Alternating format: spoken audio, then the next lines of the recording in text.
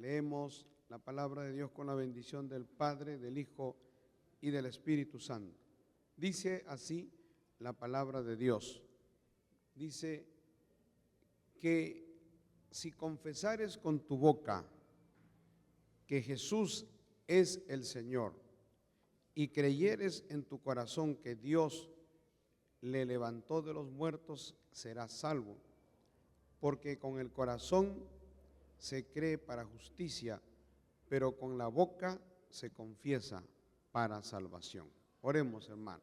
Padre celestial, Dios todopoderoso, te agradecemos en esta noche preciosa porque tú nos permites, Señor, compartir tu palabra que es viva y eficaz y es poderosa, que viene de lo alto. Señor, yo te pido la administración, la dirección, el poder tuyo, Señor, se mueva en cada dirección, Señor, según la necesidad, según el problema, que tú obres en esta noche de una manera maravillosa, Señor, rompiendo cadenas, ataduras y glorificándote, Padre, en el nombre de tu Hijo amado, Cristo Jesús. Te damos gracias, Señor, que tu palabra corra y sea de gran bendición, Padre, en el nombre de Jesús.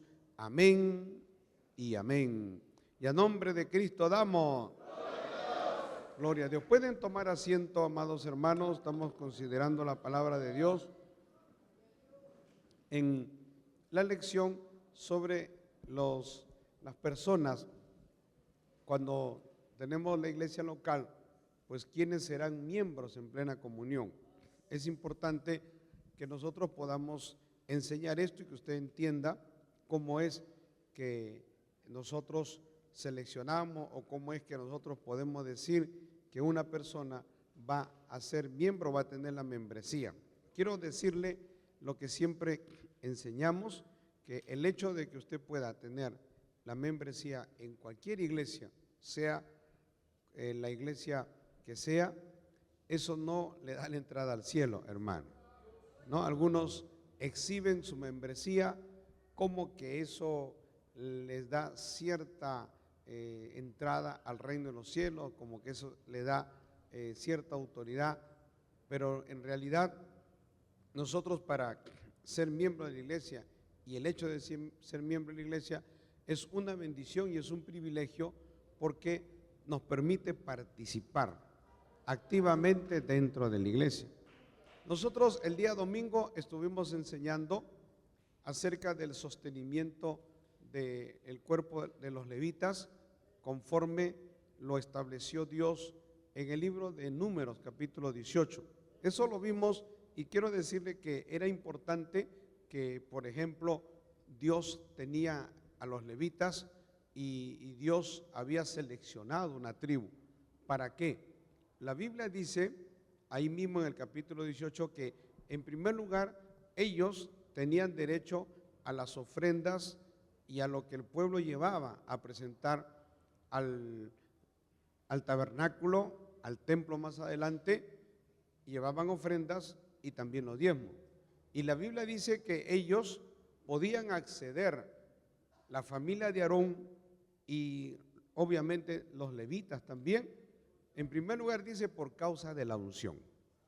Y vimos que Dios había ungido a estos sacerdotes para que ellos pudieran ministrar. Pero también la Biblia dice que para que el pueblo no muriera, se había seleccionado a los sacerdotes.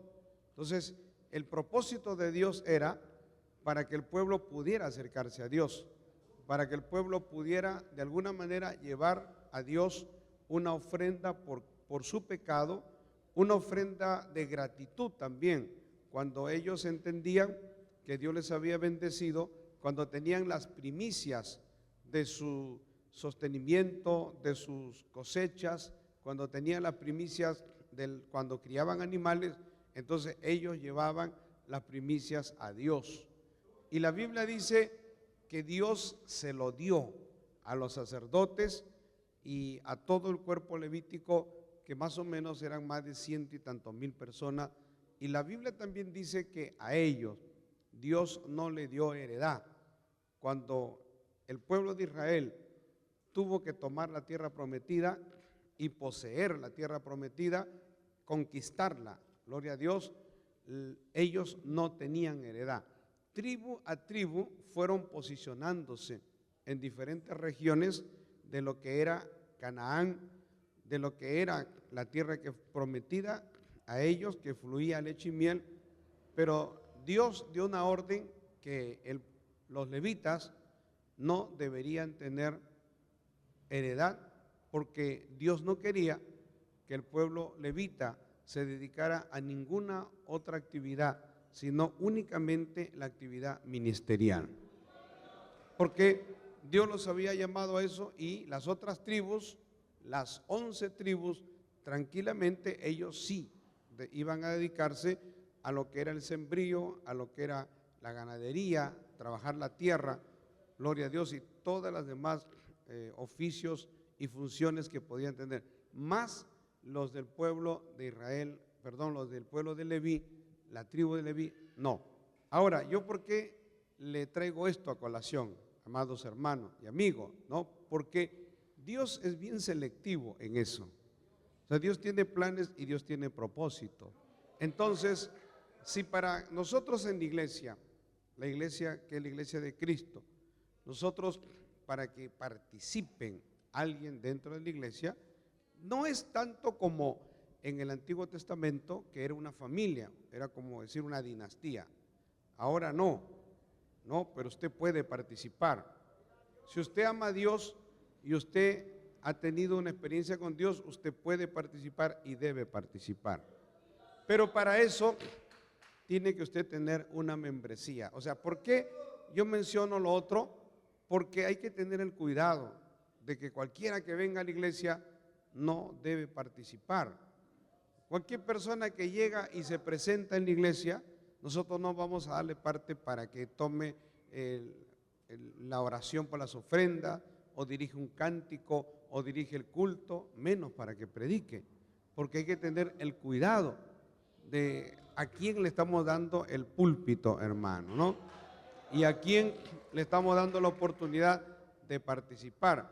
Obviamente hay dentro de la iglesia, hay sociedades, o le llamamos los grupos de jóvenes, damas y caballeros. Entonces los encargados hacen un rol, pero el presidente, jóvenes, damas, caballeros, ellos están velando, conocen el testimonio de, si son de damas, las damas conocen a las damas. Si es una dama que no está viniendo, que está dando mal testimonio, que hace problema, si es un caballero que habla malas palabras, que se le ve con su conducta, es una conducta dudosa, el testimonio no es bueno. O si fuera un joven que no se le ve buscando de Dios y que hace cosas incorrectas, y los jóvenes saben que ese joven está mal espiritualmente, entonces no se le daría parte, no se le debe dar. Y no, los jóvenes tienen cuidado en eso, las damas y los caballeros, gloria al Señor, para asignar los roles de participación. Entonces, cuando uno es miembro de la iglesia, la membresía de la iglesia a uno le faculta, es como que uno puede participar ya activamente, públicamente en la iglesia, y luego de eso pues también puede aspirar a responsabilidades dentro de la iglesia. Por eso todo creyente que ama a Dios, que tiene una experiencia con Dios, quiere ser miembro de la iglesia, aspira a ser miembro de la iglesia porque quiere participar, quiere ser parte de las actividades de la iglesia, gloria al Señor. Entonces yo le digo, nosotros para que pueda ser parte, para que pueda participar, entonces vemos los requisitos como iglesia para tener el cuidado, ¿no? Para que podamos decir, los hermanos sí son miembros en plena comunión. Una hermana nos pregunta, ¿es miembro de la iglesia? Sí. A veces la gente inconversa no entiende eso, lo que es la membresía. La gente inconversa le llama la feligresía, como que van a la iglesia y ya son de la iglesia. Pero acá en la iglesia puede venir un hombre o puede venir una mujer que está haciendo cosas ilícitas, que es un corrompido. Hay estafadores que van de iglesia en iglesia. Hay ladrones que van de iglesia en iglesia. Hay mujeres rameras prostitutas, mujeres que no tienen moral y que a veces se meten en las iglesias, hermano, a buscar hombre, a buscar hacer caer a alguien. Siempre hay personas que se van a meter y como dice la Biblia, el que a mí viene no lo echo fuera, dice el Señor. Entonces nosotros recibimos y nos da gozo cuando la gente viene a la iglesia. Gloria a Dios, pero a veces hay personas que vienen a la iglesia no con el deseo de buscar a Dios. A veces vienen para hacer negocio, a veces vienen con deseo de perturbar, o el diablo a veces puede permitir, o el diablo hace que venga alguien y para perturbar, y Dios puede transformarlo y cambiarlo, ¿no? Entonces, pero para ser miembro de la iglesia, entonces tenemos que tener algunos requisitos. El requisito más importante no es un nivel económico, ni el nivel cultural, gloria a Dios, esos requisitos para ser miembro de la iglesia, no. ¿Por qué? Porque para ser miembro de la iglesia lo único que necesitan es que hayan sido bautizados en agua. O, gloria a Dios, que estén convertidos, ¿no? Que hayan tenido una experiencia con Dios y luego bautizados y que hayan recibido las instrucciones bíblicas. Lo que estamos enseñando acá, martes y jueves, enseñamos permanentemente, son instrucciones bíblicas. Cuando una persona recibe, entiende lo que enseña, lo que dice la palabra de Dios, gloria a Dios, entonces las personas que vienen son considerados como miembros probantes hasta el bautismo en agua. Para ser miembro de la iglesia, una persona tiene que haber nacido de nuevo y haber confesado su propósito de ser fiel al Señor.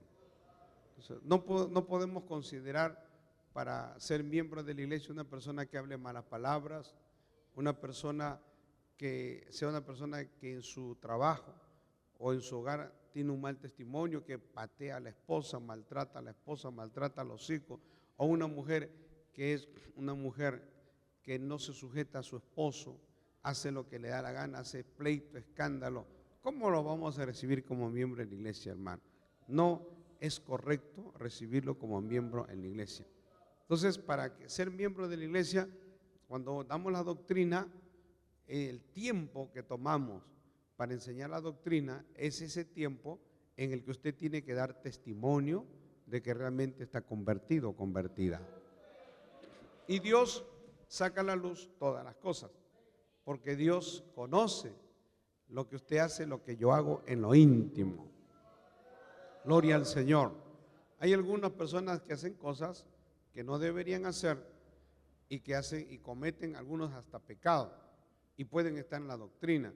Pero bueno, Dios sabe y entiende, y Dios, hermano, actúa. Dios saca a la luz el pecado. Alabado sea el Señor. Usted puede engañar al pastor, puede engañar al capitán de jóvenes, damas y caballeros, pero de seguro a Dios nunca lo va a engañar. Y nosotros cuando oramos y le pedimos a Dios que Dios se encargue y que Dios dé testimonio, eso es importante. Cada vez que hay bautismo o cada vez que se acerca el bautismo, debemos estar orando más intensamente para que Dios dé testimonio, que las personas que se van a bautizar realmente hayan tenido un nuevo nacimiento. O sea, realmente sean personas que son verdaderamente cristianos, que viven conforme a la palabra de Dios, que agradan a Dios, y no personas hipócritas, falsas, mentirosas, que están en la iglesia, porque, hermano, eso afecta a la iglesia. Tener un miembro de la iglesia, un hombre o mujer que habla malas palabras, que miente, que engaña, que estafa, que es un hipócrita, una persona que es iracundo, que hace problemas. Entonces la gente dice, mire, en la iglesia todos son iguales, van a decir. Si ven uno mentiroso y anda con su Biblia, las personas dirán, todos son mentirosos en esa iglesia. Y por causa de ese mentiroso, hay gente que no vendrá a la iglesia. Pero mire, cuando las personas ven un verdadero creyente convertido, que dejó la droga, que dejó la mentira, el engaño, y ahora es totalmente diferente, eso motiva a las personas a ir a la iglesia. Son una bendición.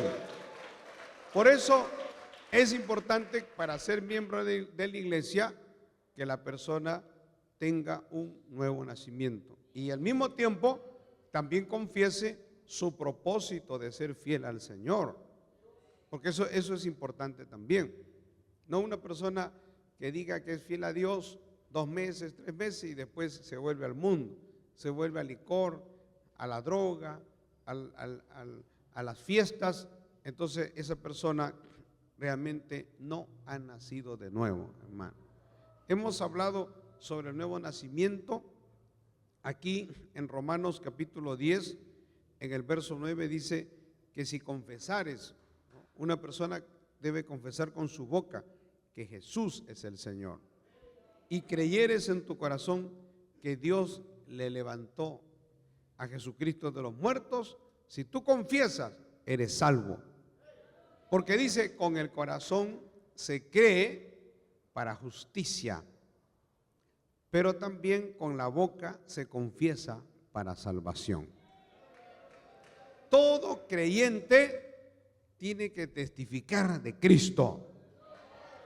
No puede haber un creyente que no hable de Cristo, que esconda su Biblia, que no diga que es cristiano, porque todo creyente se le nota su forma de hablar, se le nota su forma de mirar, porque cuando una persona está realmente convertido, hombre o mujer, no se le ve la concupiscencia. Cuando ve a una mujer, o una mujer que ve a un hombre y se le salen los ojos, o un hombre que ve a una mujer y le mira las piernas y le mira todo el cuerpo, gloria a Dios, eso es un mal testimonio, hermano. No, ¿de qué vale decir es cristiano si con los ojos y con la forma como uno actúa se nota que no es cristiano? Alabado sea el Señor. Nosotros tenemos que ser verdaderamente cristianos. Ahora, uno debe creerlo y confesarlo. Eso es el verdadero cristianismo. Ahora, pero también hay que manifestar los frutos de un verdadero arrepentimiento. Cuando usted manifiesta los frutos de un verdadero arrepentimiento, usted ya no vuelve atrás. Usted ya no vuelve a lo mismo. Ya no vuelve a la práctica de pecado, a la mentira, al engaño. Porque si usted está arrepentido, usted no puede volver a robar. Si era ladrón, si era una prostituta, volver a la prostitución, entonces no hay un verdadero arrepentimiento. ¿Cuál es el fruto de un verdadero arrepentimiento? El fruto de un verdadero arrepentimiento es que usted nunca más vuelve a hacer lo malo. Como dice la Biblia, el que robaba, no robe más. O el que hurtaba, no hurte más. El que fornicaba, no fornique más. El que era un mentiroso, nunca más vuelve a mentir. Ese es el fruto de un verdadero arrepentimiento. En algunos lugares pueden usar la aplicación teológica y darle alguna explicación a esto, porque yo he escuchado a pastores, por ejemplo, que tratan de dar una explicación. ¿Cómo usted explicaría que en la iglesia haya un creyente y que hable malas palabras, que hable lisuras o groserías, por ejemplo? Gloria al Señor. Porque a mí, en uno de mis primeros anexos, a mí me tocó ver esa situación, porque nosotros teníamos el anexo donde yo predicaba, era en la casa de un hermano, y en la casa de ese hermano que tenía un negocio, gloria a Dios, un día vinieron un grupo de vecinos a decirle que era un mentiroso, que era un hipócrita, que se aprovechaba de la gente. Entonces, eso fue un mal testimonio. Entonces, ¿cómo usted explicaría eso? Como hay algunos Dice, si una persona en la iglesia ambiente o si una persona habla malas palabras, hay algunos pastores que dan a entender y dicen, no, es que la conversión es progresiva. Como que la conversión, Dios poco a poco va sacando la mentira, va sacando el adulterio. No, hermano, eso no es así. Cuando uno se convierte, automáticamente rompe con todo eso. Gloria a Dios.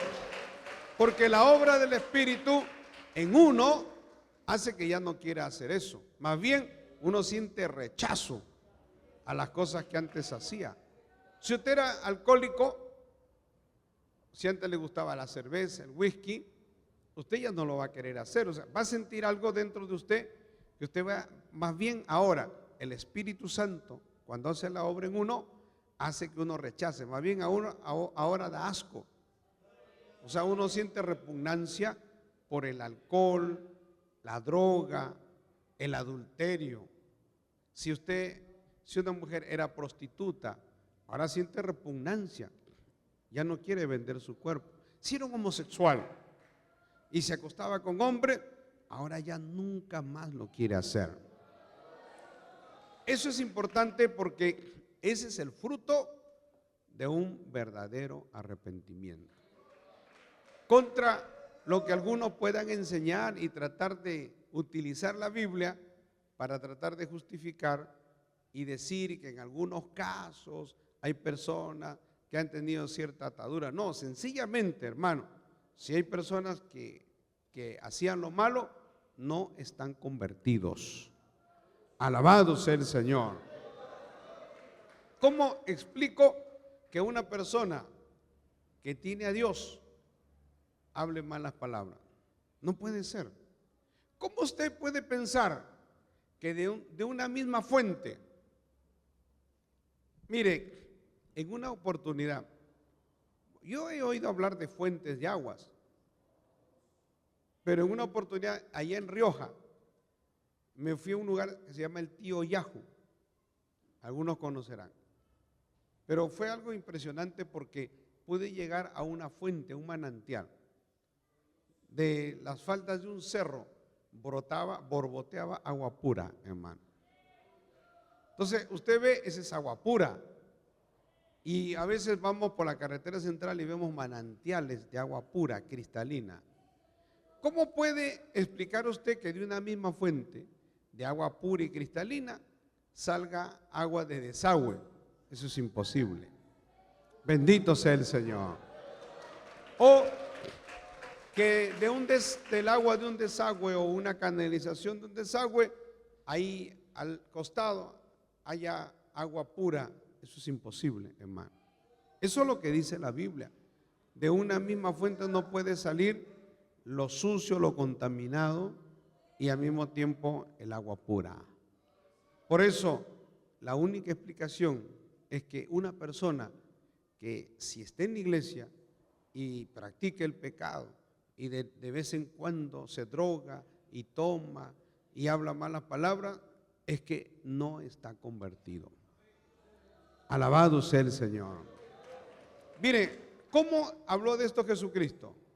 Jesucristo habló de esto. Jesucristo dijo, cuando el espíritu inmundo sale del hombre, dice, cuando el espíritu inmundo sale del hombre, dice, regresa. Eso lo dijo Jesucristo. Y cuando regresa, habla Jesús de una manera simbólica. Dice, encuentra su casa adornada y vacía, pero la encuentra adornada. Cuando el espíritu inmundo está dentro del ser humano, todo está desordenado, sucio, inmundo. O sea, somos el viejo hombre, la mentira, el engaño, el pleito, la corrupción, la mañosería. Ahí está el viejo hombre, la astucia, el aprovecharse de un niño, aprovecharse de una mujer, aprovecharse de otra persona, el ganar ventaja. Ese es cuando el diablo produce todas esas cosas y la casa está sucia en sentido figurado. Y Jesús está hablando en sentido figurado. Dice, cuando el espíritu inmundo sale del hombre, entonces se va a lugares secos, pero luego regresa. Y dice, cuando regresa, encuentra la casa adornada. Y entonces el espíritu inmundo dice, yo quiero entrar. Pero dice, voy a traer 7 espíritus peores para entrar a esta casa y tomar posesión. Es cuando un creyente se descuida y el diablo se vuelve a meter y entonces lo arrastra a prácticas de pecado. Gloria al Señor. Cuando un creyente miente es porque no está verdaderamente convertido. Ahora, usted me pregunta, ¿un creyente puede mentir? Puede ser que usted mienta. Puede ser que en una situación incómoda, en una situación difícil, usted se vea obligado y usted mienta. No está bien, nadie justifica una mentira. Pero ¿sabe cuál es la diferencia? Que un verdadero cristiano se siente mal. Cuando miente, sea que usted mienta, sea que usted pueda hasta fornicar, adulterar, usted está convertido, pero luego que usted comete el pecado se siente miserable, se siente triste, entra una aflicción, le entra una tristeza, porque usted está convertido. Claro, no debería hacerlo, pero cuando una persona está en la iglesia y miente y está fornicando y viene a la iglesia, o sea, está en el culto, está aquí como normal y luego se va a un prostíbulo. Y luego a los 2 días vuelve a la iglesia. Y luego se va a un prostíbulo. O si tiene su esposa, mire, yo me acuerdo de un hermano que ahora es pastor. Ese hermano trabajaba en una empresa importante de vidrios acá en Lima. Y ese hermano estuvo 7 años sin bautizarse.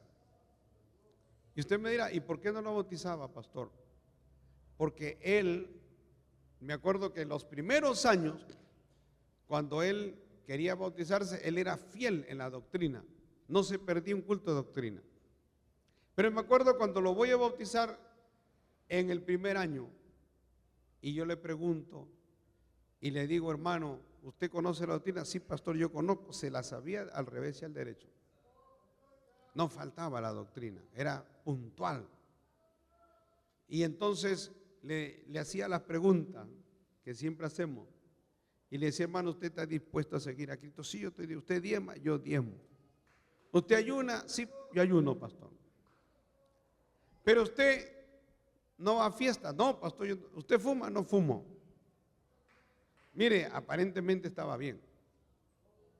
Pero cuando uno a veces entrevista, el Espíritu de Dios, gloria a Dios, lo guía a uno. Entonces, hermano, ¿usted es casado? Sí, pastor, yo soy casado. Su esposa era hermana de un pastor de la iglesia. Él no era pastor, ahora él es pastor. Pero me acuerdo que, usted es casado. ¿Y usted le ha sido infiel a su esposa? Y ahí me mira y bajó la cabeza. Sí, pastor, me dice, esa es mi debilidad. Digo, ¿cómo que su debilidad, hermano? Sí, pastor, las mujeres son, no puedo con eso, pastor. Entonces significa que usted está viniendo a la doctrina y sigue con esa debilidad. Sí, pastor. Fue sincero, hermano. Qué bueno cuando la gente es sincera. Pero ese fue el primer año. El segundo año, igual. Ya yo sabía la pregunta que tenía que hacerle. Y eso que en la doctrina damos duro, como acá damos duro contra el adulterio, contra la fornicación. Y él me decía, pastor, ya sí, pastor, pero ya lo hago cada cierto tiempo, pero has vuelto a hacerlo. Sí, pastor. Y así estuvo por 7 años, hermano. Los 2 últimos años, gloria a Dios, ya él había dejado, pero quisimos esperar un poco más. Que no vaya a ser como que hay gente que se aguanta para bautizarse y luego vuelve a caer. Esperamos 2 años más y obtuvo el triunfo total. Alabado sea el Señor. Gloria a Dios. Luego se bautizó. Fue una victoria muy grande bautizarlo. Y luego ya tiene años sirviendo al Señor. Yo estoy hablándole hace 20 años. Yo era recién casado cuando le daba la doctrina. Y luego él es ahora un pastor. Él rompió con todo, también dejó su negocio y ahora sirve al Señor, hermano. Pero cuando una persona es libre y ha roto con el pecado, entonces no tiene esas ataduras. Ese es el verdadero significado cuando una persona está realmente convertida a Cristo. Maravilloso el Señor. O sea, ese es el fruto de un verdadero arrepentimiento. Nunca más vuelve a hacer lo malo. Los que lo hacen es porque o no ha habido un verdadero arrepentimiento, ha habido remordimiento, ¿no? Es diferente. Usted dirá, no, es lo mismo. No es igual. Le voy a poner un ejemplo. Judas pecó contra Cristo. Pedro también. Pedro le negó al Señor. Pero la Biblia dice que Pedro se arrepintió. Y como se arrepintió, el Señor le perdonó. Pero la Biblia dice que Judas tuvo un tremendo remordimiento. ¿Sabe lo que hizo Judas? Agarró el dinero porque Judas traicionó al Señor por 30 monedas de plata. Y Judas entregó, devolvió ese dinero, lo botó, tuvo un remordimiento, pero no llegó al arrepentimiento. ¿Cuál es la diferencia? ¿Por qué? Porque el remordimiento es el pesar por haberlo hecho. Es sentirse mal, sí, lo hice, traicioné al Señor. Gloria a Dios. Pero el arrepentimiento hace que usted diga, nunca más lo voy a hacer y ahora voy a hacer todo lo contrario. Hermano, Judas estaba tan dañado que no pudo llegar al arrepentimiento. Ahora, el Señor quería. ¿Usted cree que si Judas se hubiera arrepentido de corazón y hubiera llorado, y hubiera ido al Señor y hubiera dicho, Señor, perdona? Por eso que Judas no se acercó al Señor. Él sencillamente tiró las monedas y se ahorcó. Esa carga de pecado, de haber traicionado al Maestro, lo llevó a tomar esa fatal decisión. Pero no creo que se haya ido al cielo. Yo creo que se fue al infierno. Alabado sea el Señor. Pero ¿se puede haber ido al cielo Judas? Claro que la Biblia dice el hijo de perdición. Estaba escrito que uno se iba a perder, pero de repente no iba a ser él. ¿Por qué Judas se perdió? Porque no llegó al arrepentimiento. Entonces hay personas que cuando están en la iglesia hacen algo malo, escuchan la palabra, dicen, sí, está mal lo que he hecho, está mal, sí, no lo voy a hacer, pero vuelven a caer en eso, hermano. Porque solamente ha habido un remordimiento. ¿Qué es lo que le falta para un arrepentimiento? Para un arrepentimiento es la entrega total, es hermano, la humillación total a Dios. Para un arrepentimiento uno tiene que llorar, sentirse mal por lo que ha hecho, y ahí viene la obra del Espíritu, y entonces uno cambia radicalmente. No es con fuerzas humanas, no es con voluntad humana, porque la gente dice, yo quiero dejar la droga, el alcohol, quiero dejar el adulterio, la fornicación, y me esfuerzo por hacerlo y no puedo. No vas a poder, pero con el poder de Dios sí se puede, hermano. Pero para que actúe el poder de Dios, Dios tiene que ver un corazón humillado, arrepentido. Mire que el remordimiento es una mezcla de un lamento por lo que ha hecho, pero con un orgullo, una autosuficiencia. Decir, yo fallé, yo tenía que tenido la capacidad de controlarme, yo como que se echa la culpa él mismo. Pero uno se da cuenta que uno no puede, hermano. Que uno, cuando uno se arrepiente, uno dice, yo nunca puedo, Dios es el que puede. Alabado sea el Señor. Y eso es lo que le faltó a Judas y por eso tuvo una perturbación. O sea, si Judas se suicidó, es porque Judas no soportaba, estaba perturbado. Se sentía afligido, perturbado, se alteró y de una manera como acabar con ese sufrimiento. Gloria a Dios. ¿Por qué? Porque mire, el diablo sabe cuando usted peca. El diablo arrastra al hombre y a la mujer al pecado. El diablo es el tentador. Pero luego que una persona cae, el diablo viene y te acusa. Te dice, eres un adúltero, eres un ladrón, no sirves, eres malo, eres perverso, eres sinvergüenza. El diablo acusa. Poder en el nombre de Jesús. Cuando una persona se arrepiente de todo corazón y se humilla y llora y se quebranta y recibe el perdón de Dios, entonces el acusador ya no puede. Porque ya uno queda limpio de pecado. Uno queda, como decir, como nuevo, hermano. Cuando uno ha pecado y ha hecho cosas malas, viene el Espíritu Santo, uno se arrepiente y llora, y entonces se levanta, es una nueva criatura. Todos los ataques del diablo que te diga adúltero, mentiroso, fornicario, a uno le resbalan, hermano. Ya no hacen efecto. ¿Por qué? Porque usted sabe que ya el Señor le ha perdonado. Gloria a Dios. Y cuando uno siente el perdón de Dios, uno se siente tiene una paz tremenda. Y el diablo te puede acusar, eres ladrón, está bien, era ladrón. Eres un adúltero, era adúltero. Eres un estafador, era estafador. Como dice la Biblia, no, Pedro dice, mas esto era y vosotros. Pero ya no. Y el diablo cuando acusas ya no sabe que no surte efecto. ¿Por qué? Porque uno realmente ha tenido un nuevo nacimiento.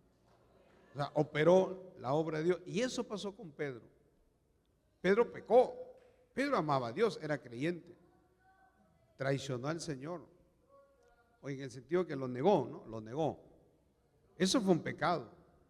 Pero luego Pedro se humilló, se arrepintió, lloró, hermano.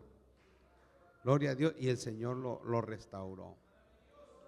¿Por qué Judas no fue restaurado? Porque no quiso ser restaurado. No quiso. Él sencillamente supo que estaba mal lo que hizo, no dejó que Dios hiciera la obra en su vida. Alabado sea el Señor. Así hay personas que vienen a la iglesia y ellos mismos quieren controlar todo. Ellos mismos quieren con su propia fuerza dejar la droga, dejar el pecado, ya no los engaña. Es una mezcla de autosuficiencia, de orgullo. Y por eso es lo que le pasó a Judas. Por eso se ahorcó, hermano. Maravilloso el Señor. Hermano, para ser miembro, uno tiene que estar debidamente matrimoniado. Nosotros no aceptamos como miembro de la iglesia una persona que esté en concubinato o en convivencia. Tiene que casarse. El matrimonio no tiene que ser necesariamente en la iglesia. Hay personas que piensan, tengo que casarme en iglesia para que sea válido. No, el matrimonio es ante una autoridad, puede ser en una municipalidad. Usted hace lo que tiene que hacer, los requisitos, cumple y se casa y ya está debidamente matrimoniado. De esa manera puede ser admitido como miembro. Pero si usted no está debidamente matrimoniado, no puede ser miembro de la iglesia.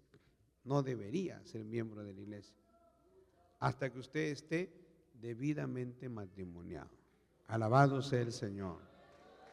También, para ser miembro de la iglesia, uno tiene que aceptar y cumplir las instrucciones bíblicas. Eso es importante.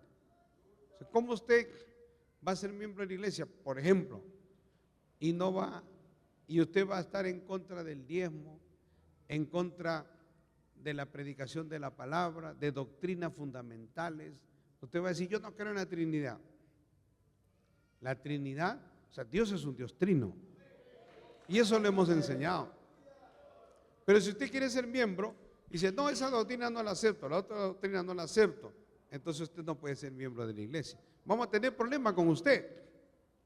Porque en cualquier momento usted va a decir, no, yo no creo en eso, no acepto eso. Tenemos que creer lo mismo, porque la doctrina es una. Tiene que haber uniformidad en la doctrina, en la enseñanza de la palabra, hermano. Gloria a Dios. Hay iglesias, como hemos enseñado, que dicen, no creemos en el infierno. Algunos dicen, el cielo está acá, aquí será el cielo.